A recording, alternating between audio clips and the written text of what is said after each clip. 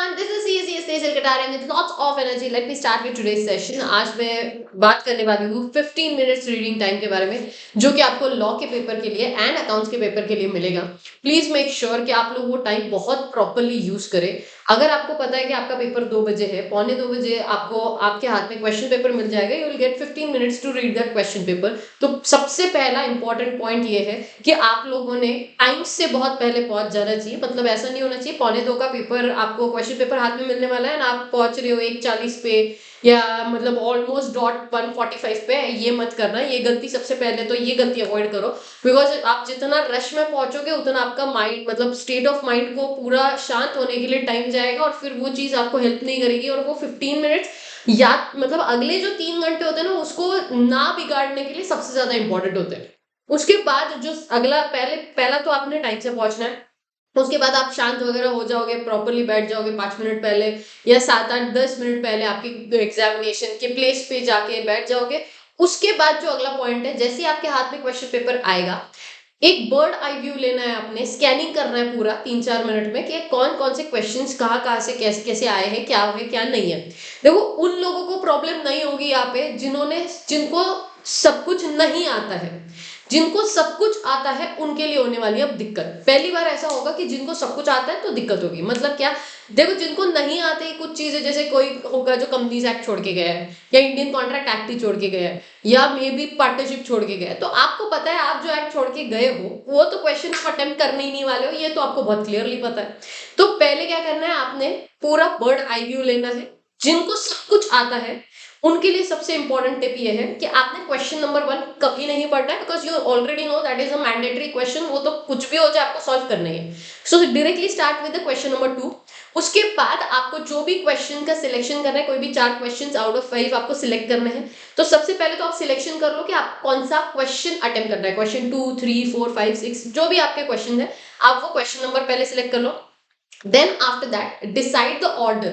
मतलब क्या कि आप पहले क्वेश्चन नंबर 5 सॉल्व करोगे, फिर 3 करोगे, फिर 2 करोगे, फिर 1 करोगे. मतलब कौन से सीक्वेंस में आप सॉल्व करने वाले हो, आपने वो चीज डिसाइड कर लेनी है. तो सबसे पहले आपने बस देख लेना है कि question number start with question number 2, 3, 4, 5, 6. उसमें फिर आप सिलेक्ट करो. पहले सिलेक्ट होने के बाद क्वेश्चन नंबर 1 में देख लो कि क्या क्या है. फिर आप डिसाइड करो कि वो क्वेश्चन नंबर 1 का ऑर्डर, जो सीक्वेंस आपको डिसाइड करना है, मतलब सीक्वेंस जिस सीक्वेंस से आपको लिखना है, वहां पर आप क्वेश्चन नंबर 1 को कहाँ पे प्लॉट करना चाहते हो. फिर देन यू डिसाइड दैट. जब भी आप ये सिलेक्शन करो, एक चीज ध्यान में रखो, सिलेक्ट दैट क्वेश्चन जिसका प्रोविजन एंड कंक्लूजन आपको बहुत एक्सट्रीमली अच्छे लीगल लैंग्वेज में लिखना आता है. मतलब क्या, अपने वर्ड्स में, देखो लॉ में अपने वर्ड्स में लिखोगे मार्क्स थोड़े बहुत कम होते हैं, लेकिन ऐसा नहीं है कि आपको मार्क्स मिलेंगे ही नहीं. बट सिलेक्ट दैट क्वेश्चन जो आपको लीगल लैंग्वेज में, जिसको सब कुछ आपको प्रोविजन भी लीगल लैंग्वेज बहुत अच्छे से आता हो एंड कंक्लूजन भी आता हो. सिलेक्ट दोस क्वेश्चंस पहले.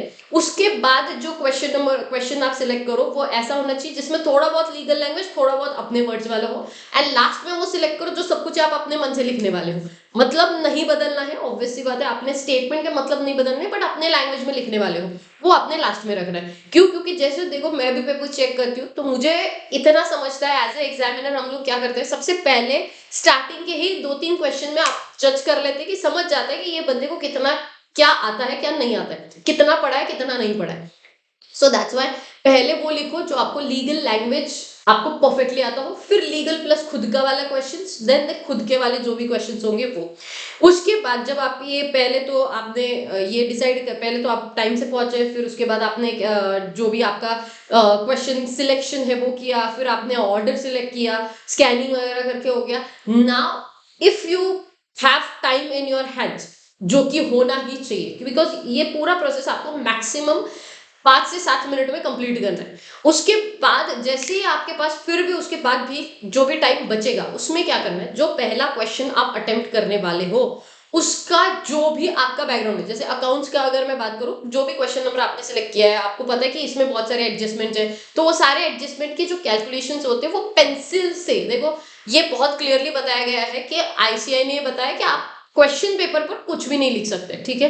बट इवन आफ्टर दैट अगर आप पेंसिल से छोटा बहुत, बिकॉज देखो at the end human brain है, तो अगर आप पेंसिल से थोड़ा बहुत भी कुछ भी लिखते हो तो वैसे अलाउ किया जाएगा, प्रोवाइडेड आप सिर्फ आप ही के पेपर में फोकस करो, इधर उधर नहीं मंड रहा हूँ। मतलब क्या इधर-उधर देख रहे हैं कौन क्या कर रहा है, कौन क्या नहीं कर रहा है। और अगर सपोज़ मान लो अगर कोई एग्ज़ामिनर मतलब आता भी है, आपको देख रहा है कि आप पेंसिल से लिख रहे हो और कुछ भी बोलता है, तो उसके साथ उधर ही उज्जत करने मत बैठ जाना, उधर लड़ाई-झगड़ा कुछ मत करना। उन्होंने बोला हाँ ठीक है मैम कोई दिक्कत नहीं, हो ठीक है सर कोई दिक्कत नहीं और कट कर देना।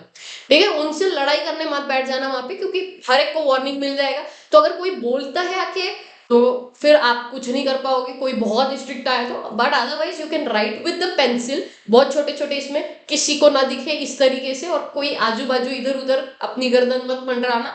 मतलब आजू-बाजू को वालों को मत देखने लग जाना। आप आपका सिर्फ़ आप और आपका पेपर तो फिर कोई कुछ नहीं बोलता है।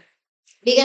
तो आपने क्या करना है, जो भी क्वेश्चन आप पहले अटेम्प्ट करोगे, तो अगर अकाउंट्स है, तो आप अकाउंट्स का जो भी एडजस्टमेंट्स आपको करने हैं, कैलकुलेटर्स का, जो भी आपके कैलकुलेशंस है, वो सारे प्लॉट करो। तो जैसे ही आपके हाथ में आंसर शीट आ गया, यू जस्ट ड्राफ्ट वो जो भी आपका फॉर्मेट होगा, वो ड्राफ्ट कर लिया, प्लॉट कर दिए सारे values and you will be able to score more why because जो आपका पहला मैं हमेशा बोलती हूँ, जो भी आपका फॉर्मूला होता है लिखने के लिए, तो वो आपका कैसा होना चाहिए कि 1 मार्क के लिए यू शुड फॉलो 1.5 मिनट्स मतलब 1 मार्क इंटू 1.5 मिनट्स। तो इस हिसाब से आपने आपका जो भी नंबर ऑफ मार्क्स का क्वेश्चन होगा दैट इंटू 1.5 कर लो, उतने टाइम में आपका कंप्लीट हो जाना चाहिए। बट ये सिर्फ तब पॉसिबल जब आपको क्वेश्चन का पूरा आइडिया है, पूरा एडजस्टमेंट पता है, सिर्फ प्लॉट करना होगा। ठीक है? तो वो प्लॉटिंग आपका तभी हो जाएगा और अगर आपने ये कर लिया पहला क्वेश्चन अगर देखो 1 घंटे में around you should write at least 35 marks का तो भी पेपर एटलीस्ट मतलब ये सबसे लीस्ट मैंने बोला 35 लिख दोगे तो कट टू कट आप पहुंच सकते हो 100 मार्क्स तक। 40 मार्क्स का लिख दिया फिर आपको टेंशन नहीं रहेगी बिकॉज आपको पता है 40 मार्क्स आपको पास होने के लिए चाहिए। 40 मार्क्स का आपने अटेम्प्ट तो कर ही दिया है, फिर एक बार वो चीज हो जाएगी तो चलो मान लो अकाउंट्स जैसे पेपर में तो कई बार आउट ऑफ भी मिल जाए। लॉ वाले में मार्क्स की काटाछटी होती है तो आपको ये तो पता होगा कि आपने 40 मार्क्स तो सिक्योर हो जाएंगे अगले 2 घंटे में। सो फॉलो द स्ट्रेटेजी कि जो भी आपको मिला है पेपर उसका जो भी छोटे इसमें लिख देना। जो अगर लॉ का पेपर है तो जो भी सेक्शन नंबर है, प्रोविजन कौन से कॉन्टेक्स्ट में है, कौन कौन से एक्ट का कहाँ आपसे क्या क्या लिखना है, आपको कीवर्ड्स क्या है, वो बेसिक चीजों का प्लॉटिंग आपका होना चाहिए। ट्राई करो, मैंने ये ट्राई किया था। मैं सिर्फ क्वेश्चन नंबर पहला जो अटेम्प्ट करना है मतलब क्वेश्चन नंबर 1 का ABC जो अटेम्प्ट करना है सिर्फ उसको नहीं मतलब उस पर फोकस नहीं करती थी। आई यूज्ड टू ट्राई कि जितने मैक्सिमम क्वेश्चन नंबर पे मतलब सेक्शन नंबर लिखा जाए। मतलब मुझे ये पता है कंक्लूजन सेक्शन नंबर इतना तो यस नो व्हाटएवर डैमेजेस पे करने पड़ेंगे नहीं पे करने पड़ेंगे वो सब कुछ उतना प्लॉटिंग मेरा हो ताकि फिर जैसे पेपर हाथ में आए तो आई विल स्टार्ट राइटिंग। तो प्लीज मेक श्योर कि आप वो चीज करो। उसके बाद एक सबसे इंपॉर्टेंट कि पूरा क्वेश्चन बिकॉज आप बर्ड आई व्यू लोगे स्कैनिंग करोगे पूरा क्वेश्चन पेपर आपको पता होगा। ठीक है? तो उस चीज पर फोकस मत करना जो आपको नहीं आता। कोई भी क्वेश्चन आपने डिटेल में नहीं पढ़ना है, बस थोड़ा सा ऊपर के ऊपर पता होना चाहिए एक्सेप्ट दैट क्वेश्चन जो आपका पहला अटेम्प्ट वाला क्वेश्चन होगा।